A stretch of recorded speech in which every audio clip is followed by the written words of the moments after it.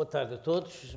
Queria agradecer à Deloitte ter-me convidado para estar aqui e queria agradecer em particular ao meu amigo que me apresentou como professor de Economia e não como ex-ministro das Finanças, porque ex-ministro das Finanças, obviamente, de um país que foi à bancarrota, não faz parte do meu currículo, faz parte do meu cadastro e, portanto, como eu costumo dizer, o mais que eu posso alegar em minha defesa é que só lá estive 4 meses e já lá vão 7 anos e, portanto, estou em liberdade condicional.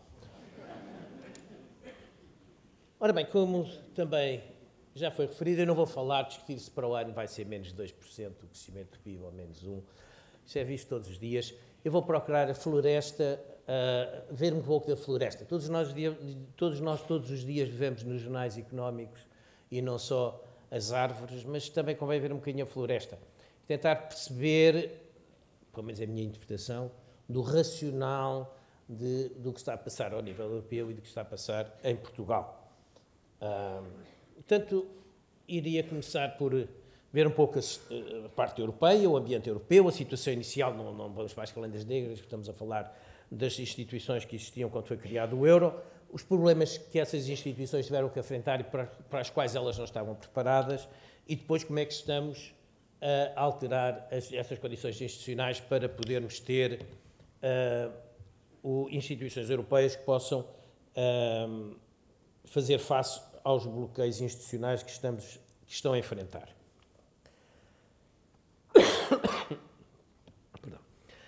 Quanto a Portugal, vamos também ver a situação inicial, também não vou por as calendas gregas, começamos a falar em 2011, e vamos ver como é que podemos racionalizar, qual será a estratégia de saída, devia ser o Governo a explicar, mas vou procurar, pelo menos a minha interpretação do que está a passar, e quais são os problemas que vamos enfrentar no próximo ano. E depois umas observações finais, como mandam as regras. Ora bem, começando pelo ambiente europeu, a situação que nós tínhamos quando foi criado o euro, o BCE estava obrigado à chamada No Bailing Out Clause, portanto, basicamente, o Banco Central Europeu não podia monetarizar a dívida pública dos Estados. E, do ponto de vista orçamental, do ponto de vista da política monetária, do ponto de vista orçamental, estávamos com o Stability and Growth Pact, e que era basicamente para evitar, ou procurava evitar, soluções de políticas orçamentais demasiadamente despesistas e evitar o crescimento da dívida pública. E tudo isto foi feito sem uma união bancária. Na altura, também, a maior parte das pessoas não parecia que seria necessário. Havia, além disso, bloqueios por parte de países como o Reino Unido, que não queriam, sempre estiveram numa posição relativamente distante, nomeadamente quanto ao setor bancário. Ainda hoje estamos a observar isso bastante. E, portanto, havia algumas pessoas, acho que eu me incluía, que viam que isto podia haver situações em que estavam a ter problemas, mas, como vamos ver, mas a verdade é que estava tudo a correr bem, e quando as coisas estão a correr bem, ninguém se apercebe do que é que pode correr mal, ou pelo menos a maior parte das pessoas não se apercebe. E, portanto, estas eram as 3 grandes regras, 3 grandes instituições, se quisermos, que se bloquearam a Europa na resposta à crise, pelo menos nos tempos mais recentes, nomeadamente a crise das dívidas soberanas. Comecemos pela primeira No Bailing Out Clause. Isto basicamente significa que o BCE não pode atuar da forma como o FED está a atuar, comprando quantidades gigantescas de dívida pública e até de dívida privada aos bancos, e, portanto, o BCE não pode ter esse papel. E isto, obviamente, podemos discutir se é bom ou se é mau, mas é um facto e isso está no tratado e é relativamente impossível de alterar em tempo útil. A segunda questão era o Stability and Growth Pact. O Pacto de Estabilidade e Crescimento foi instituído numa altura e com regras que basicamente procuravam limitar o crescimento da dívida pública e os déficits públicos. Enfim, são, obviamente, duas coisas que vão a par. e, portanto, não constituiu, nem constituiu sequer um embrião de política orçamental ao nível europeu, que era uma coisa que nós deveríamos ter e que depois, mais tarde, vamos voltar a falar um pouco. Além disso, o Stability and Growth Pact, na verdade, é que se revelou incompetente para a sua função, mesmo apenas limitar a evolução da dívida e os déficits, e, em particular, desde logo de início, por causa da França e da Alemanha, que foram os seus primeiros países que tiveram que ter contabilidade criativa para não estar sujeitos a um procedimento de déficits excessivos. Aliás, chegaram a estar, mas depois rapidamente saíram, mas, de qualquer forma, eu lembro que a França, para cumprir os critérios de Maastricht, teve que forçar o Eurostat, e ele também tem parte da culpa, porque é um organismo independente, a interpretar que o fundo de pensões da France Telecom, ao ser transferido para o Estado, era visto como receita do Estado daquele ano. E daí para a frente, se os franceses podem fazer isso com a France Telecom, imaginem já à custa disso o que é que os portugueses já fizeram, e outros países, não foram os únicos, mas certamente usamos e abusamos dessa possibilidade, culpa, como eu digo, dos grandes países e do Eurostat, e culpa nossa, evidentemente, porque quem faz a contabilidade criativa somos nós, em última instância.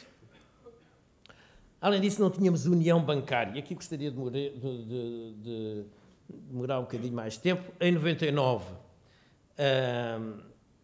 evidentemente, isto veio-se revelar um problema grave, como vamos ver, mas em 99 tal problema não era aparente, e a verdade é que nós não temos soluções para problemas que ainda não surgiram. E é difícil ver um pouco mais longe e, portanto, toda a união monetária foi feita sem uma união bancária. Quando nós temos uma união monetária sem união bancária, e se a banca não tem problemas, não tem assim problema de maior, porque os sistemas bancários estão a funcionar razoavelmente, o Banco Central Europeu lida diretamente com cada um dos sistemas bancários, tipicamente até através do Banco Central Nacional, e, além disso, os sistemas bancários estão ligados pelo mercado monetário interbancário e, portanto, desde que os bancos estejam a funcionar bem, a verdade é que funciona como se fosse um sistema monetário, um sistema bancário integrado. E era esta a situação.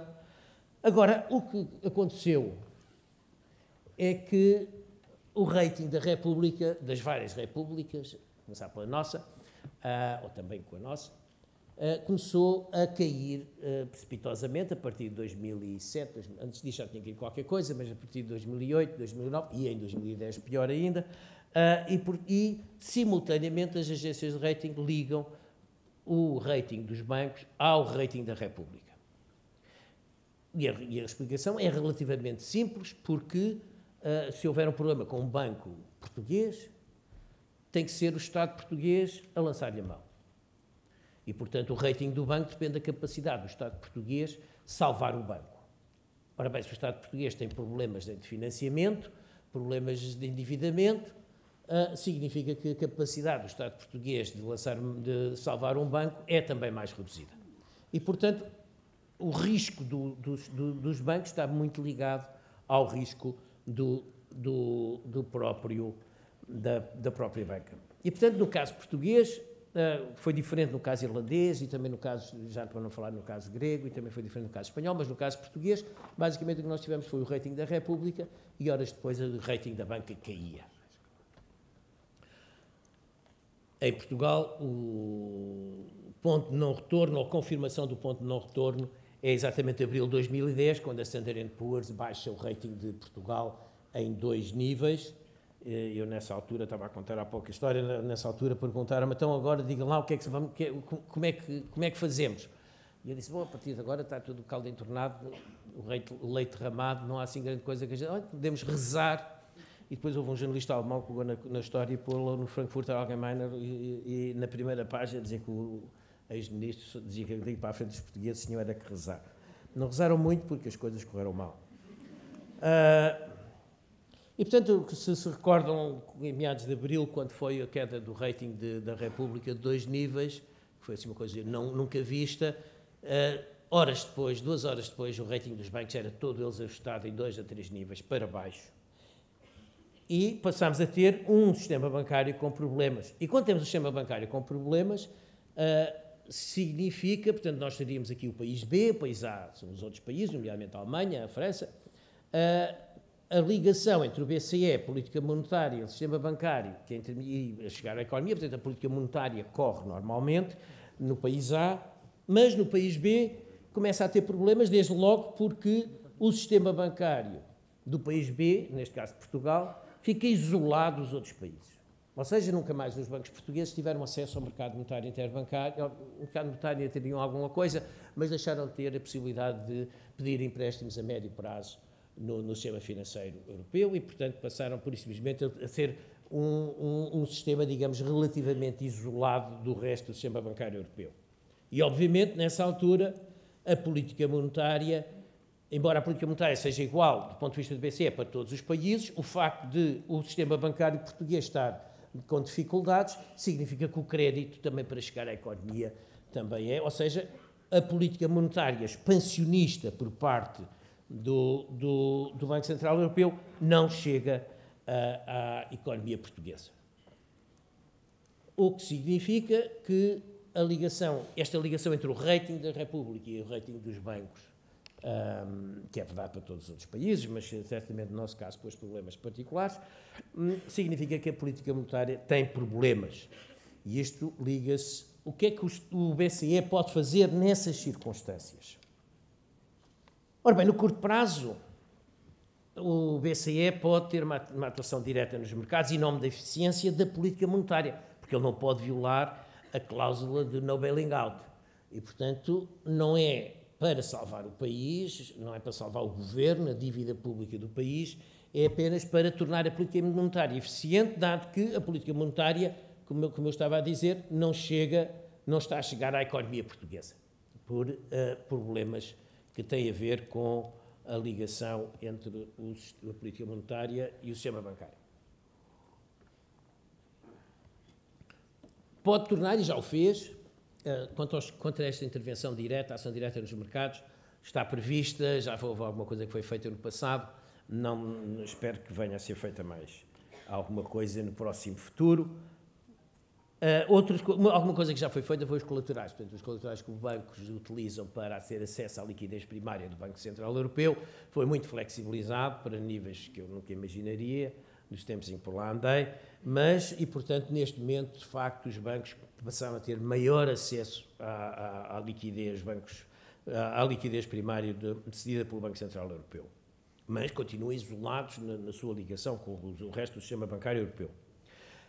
Uma terceira coisa que o Banco Central Europeu pode fazer, e já o tem dito, talvez de uma maneira demasiadamente subtil, que é, em certo sentido, dizer que está disposto a ajudar um banco que tenha com problemas de liquidez.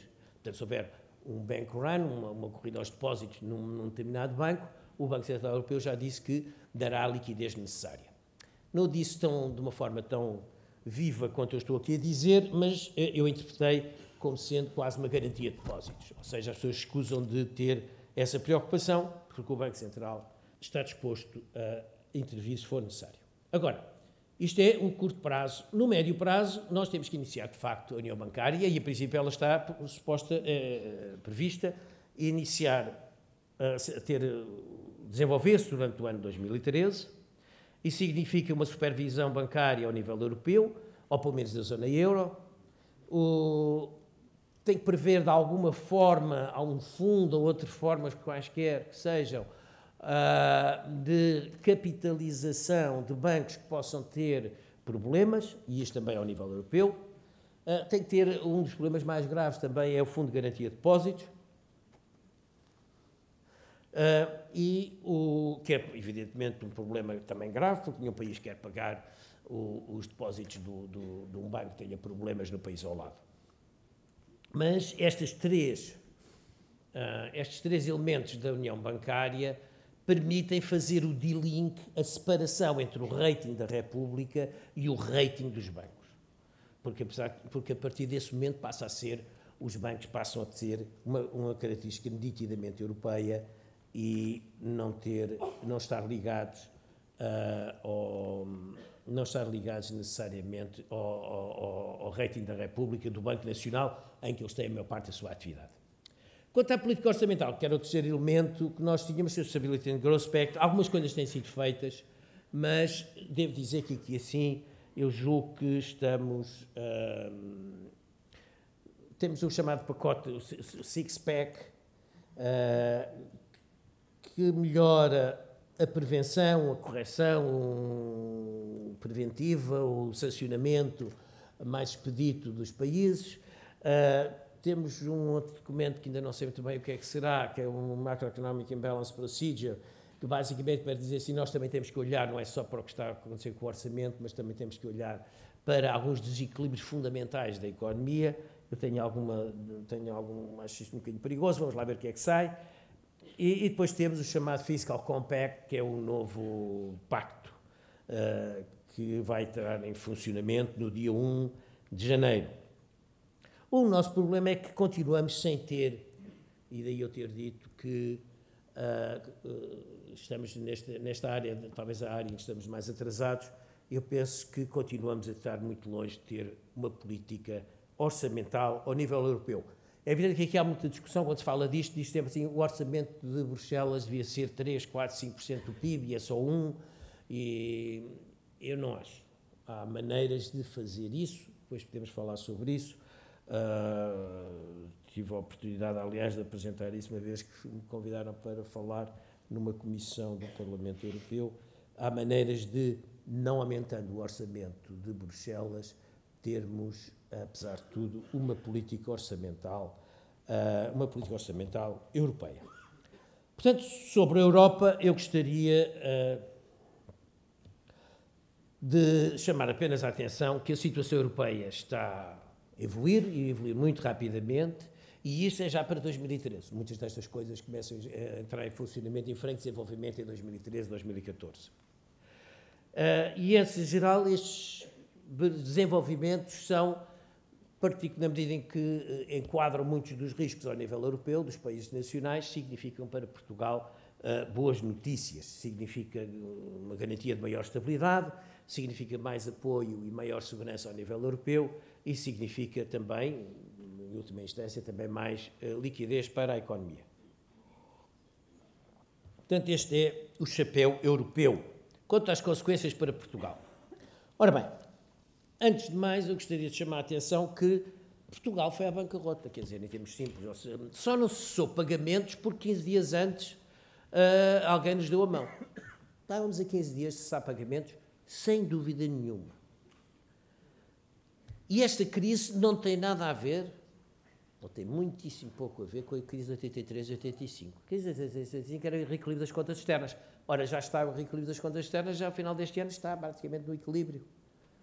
E, portanto, e nada, quer dizer, ninguém deu por isso, a não ser os jornais, mas, quer dizer, nada, o que prova que nós temos que continuar, o que prova que isto não é uma coisa parecida que 83 e 85, e já agora chamava a atenção que tivemos um ajustamento das contas externas tão rápido quanto foi em 83 e 85 e não precisamos desvalorizar, o que, aliás, me satisfaz particularmente, porque era isso que eu achava e veio a acontecer.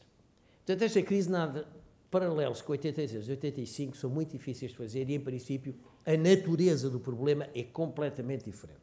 A crise é mais parecida com 1894. 1854 e 84, Portugal cessou pagamentos. O acordo demorou muitos anos, com os credores, demorou muitos anos a ser concluído e, aliás, definitivamente foi feito já no tempo do Salazar, embora tenha havido antes disso alguns acordos parciais. E a última tranche destes suaves pagamentos que tínhamos que fazer por causa de termos cessado pagamento e de termos ido à bancarrota em 1894, de acordo com o que diz um amigo meu que é historiador, foi em 2001. Ou seja, a crise de 1894 deixou um traço que chegou ao século XXI. Ainda que era uma coisa pequenina, porque, entretanto, a economia evoluiu muito, etc, etc. Ninguém dava por isso, mas a verdade é que estava lá. E a nossa crise atual é muito mais próxima do que era a crise de 1994 do que da crise de 83 e 85. Infelizmente, porque seria mais fácil. Então, e qual será a estratégia de saída da... A primeira questão é não estratégia, ou seja, a saída não pode passar pela reestruturação da dívida. Ou melhor, podemos ser forçados a isso. Mas reestruturar a dívida, chama-lhe o que quiserem, honrosa, não honrosa, nos tempos, mais tempo, menos juros. Estou a falar da dívida que está no mercado. Não estou a falar da dívida da Troika, que é uma coisa um bocadinho diferente, é a dívida da União Europeia. Estou a falar da dívida que está no mercado. A dívida pública que está no mercado, qualquer reestruturação que se faça é um desastre para Portugal e entramos numa situação parecida com a grega. E neste momento a situação grega é absolutamente calamitosa. Quer dizer, porque depois todo o sistema bancário deixa de funcionar e, portanto, qualquer coisa como seja importar uns remédios ou importar, nós importamos 50% daquilo que comemos e, portanto, tínhamos a abarrotar de garrafas de vinho, mas provavelmente não tínhamos arroz nem trigo para fazer o pão. E, portanto, é isso que está a passar na Grécia. E, portanto, reestruturar a dívida, certamente daqui a uns anos, em 2014, reestruturarmos a dívida, eu devo dizer que penso que vamos ter saudades de 2013. E, portanto, a única solução é, de facto, é resistir. E temos de resistir 10 a 12 meses, no meu entendimento. Porquê? Eu julgo que nossa situação não vai ser possível ser resolvida a bem sem aquilo que eu às vezes chamo genericamente um encosto europeu. O que é que eu entendo por encosto europeu? Ora bem, em 2013, e daí o tal período de aguentar 10 a 12 meses, nós teremos os mecanismos o Pacto de Estabilidade e Crescimento está reformulado, que entra agora em funcionamento a maior parte dos instrumentos durante 2013, alguns, aliás, no dia 1 de janeiro. O European Stability Mechanism também entra em funcionamento em 2013.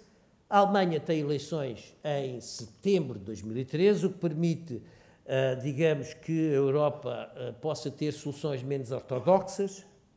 O BCE significa que já prometeu atuar e penso que, passadas as eleições, poderá estar mais à vontade para o fazer. A União Bancária pode ter uma evolução bastante positiva, até agora estamos na fase ainda muito incipiente, apenas declarações de vontade nesse sentido, mas já começa a haver calendários e começa a haver documentos a como é que estão a ser debatidos. Isso significa que haverá mais liquidez para os nossos bancos e poderá haver alguns benefícios indiretos da Grécia, embora eu tenha dúvidas que haja alguma coisa de significativo.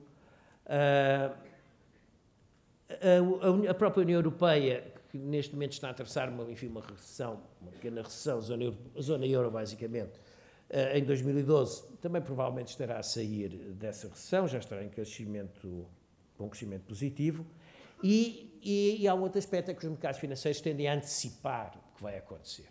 O que significa que a simples perspectiva de se avizinhar uma solução é suficiente para nós ficarmos numa posição melhor. Nós, há um ano, os spreads a 10 anos, dentro de dívida pública a 10 anos para a Alemanha, eram 11 pontos percentuais e hoje de manhã estava a 6,1. Portanto, quase metade. E, portanto, porquê? Porque os mercados tendem a antecipar.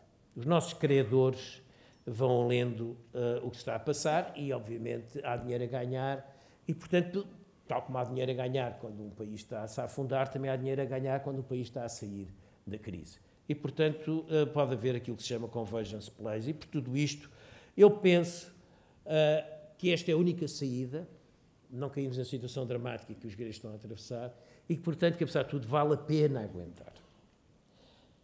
Ora bem,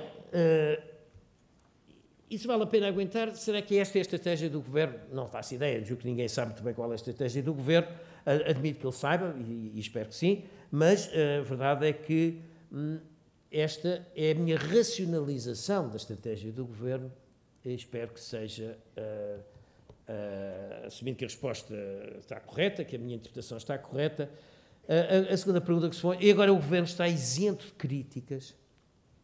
E a resposta é não. Há algumas coisas que podiam ter sido e deviam ter sido feitas de outra maneira. Outro problema fundamental, nós temos o problema do financiamento do Estado, mas também temos o problema da economia e do desemprego.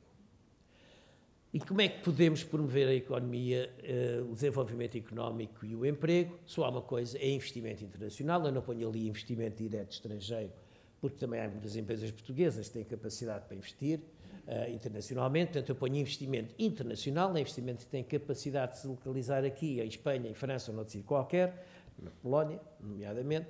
E, portanto, investimento internacional e investimento no setor exportador, que, apesar de tudo, e como eu, aliás, esperava, tem tido um desempenho excelente. Ora bem, mas para que essas condições para o investimento são necessários credibilidade da estratégia macroeconómica, estabilidade política e estabilidade governamental, que são coisas um bocadinho diferentes. Portanto, a coligação tem que aguentar, para isso foi mandatada pelos portugueses. É preciso explicar a estratégia macroeconómica e é preciso estabilidade de políticas, nomeadamente as políticas fiscais e sociais. Nós não podemos ter políticas erráticas. Quem é que quer investir se quiser fazer um business plan, não sabe qual é o IRS que vai ter que pagar, os empregados vão ter que pagar daqui a 5 anos, não tem ideia. Não tem ideia de qual vai ser o IRC, não tem ideia de qual vai ser a taxa social única, não tem ideia de qual vai ser o IVA que vai atingir os seus... Não é ter certezas, é não ter sequer uma ideia de qual vai ser. E, portanto, quando há fatores deste género, é evidente que o investimento, porque com as políticas erráticas, o investimento também não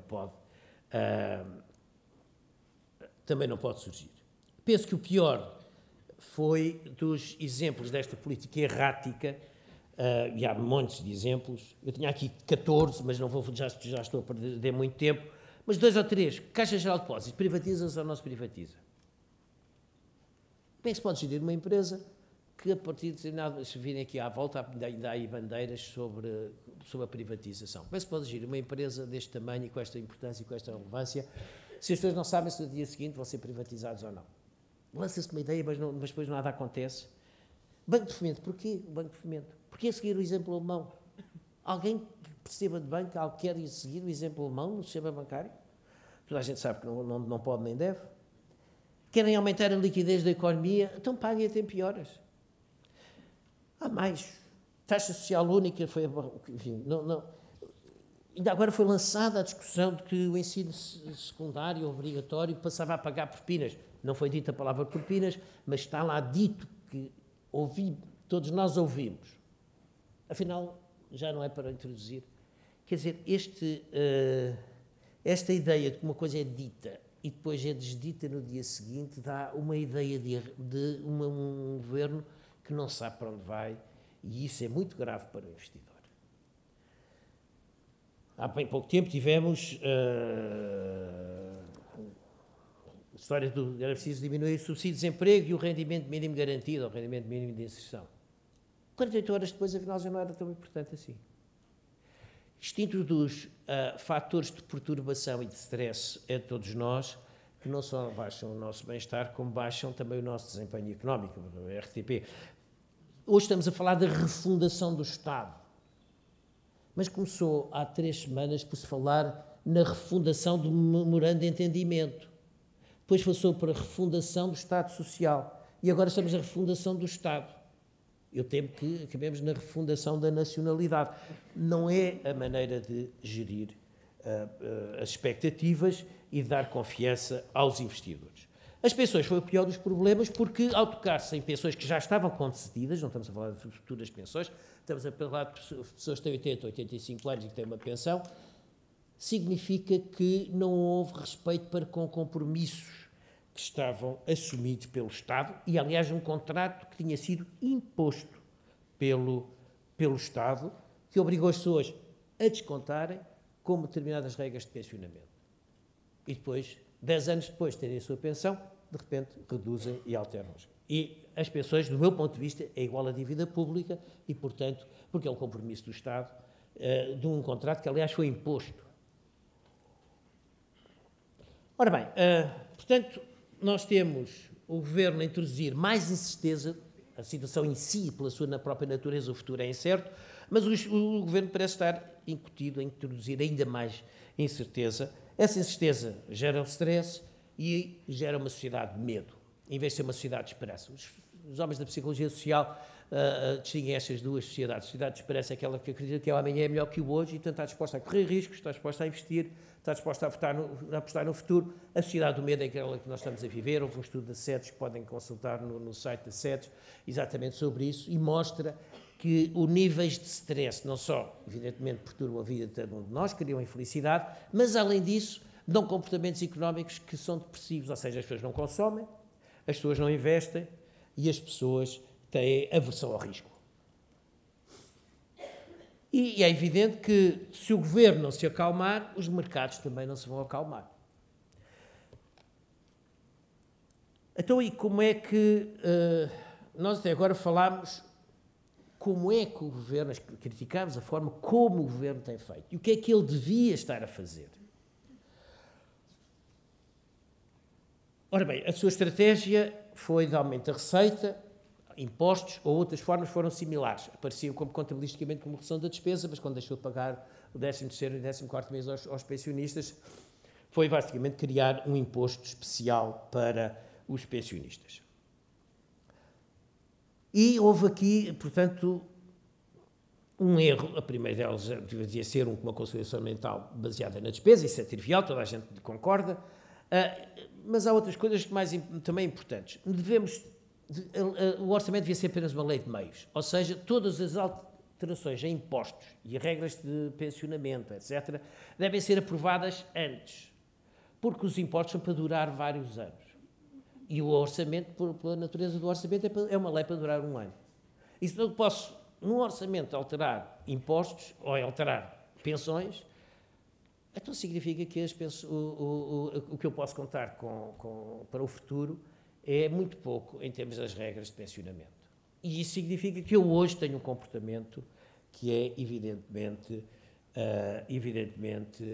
recessivo, porque não invisto, poupo o mais que puder, não consumo, não troco de carro, não troco de casa. Além disso, devia separar muito claramente aquilo que são medidas temporárias de medidas permanentes. E as medidas temporárias deviam ser acompanhadas sempre de um calendário de phasing out dessas medidas temporárias. Lembra-se que há 6 meses, um ano, quando se perguntaram ao Governo, então e quando é que o 13º mês e o 14º mês vai ser devolvido vai passar a ser pago outra vez? Cada ministro dizia a sua coisa. Um era para o ano, outro era no final do contrato, outro era no final do MOU, outro era no final do não sei o quê. Nunca tinham pensado no assunto. E obviamente que as pessoas têm que planear a sua vida e que deviam ter um horizonte, nem que fosse um horizonte e um compromisso do Governo para o fazer. E isto é particularmente importante porque o nível atual de impostos, se for permanente, é insustentável. A gente pode ter isto durante 1, 2, 3 anos, mas não pode ser para toda a vida este nível de impostos. Fiz aqui umas continhas muito rápidas e vou fazer. Imaginem que aquilo que se chama taxa marginal efetiva de imposto. Uma pessoa que ganha os últimos 100 euros que uma pessoa que ganhe bem, quanto é que ela depois vai poder consumir? Ora bem, se ela ganhar 100 euros, os últimos 100 euros, vai pagar 11%, taxa social única, fica com 89%. Depois paga 54% de IRS, fica com 41%. E depois vai ao restaurante, paga 23% de IVA, divide-se por 1,23, fica com 33 euros, o que significa uma taxa marginal efetiva de imposto de 77%. Isto é incompreensível. Insustentável. Pode ser 1 ano, 2, mas não pode ser mais. E, portanto, ter a ideia do phasing out é muito importante. E se esta pessoa, em vez de estar na vida ativa, se tiver uma boa pensão, reparem, se ganhar 100 euros, tem que pagar de complemento de solidariedade 50%. Os últimos 100 euros. Fica só com 50%. Depois paga 54% de imposto. Dá 23%. Depois paga os tais 23% de IVA, fica com 18,7 euros dos últimos 100 que ganhou. Isto dá uma taxa marginal efetiva de maior que 81%.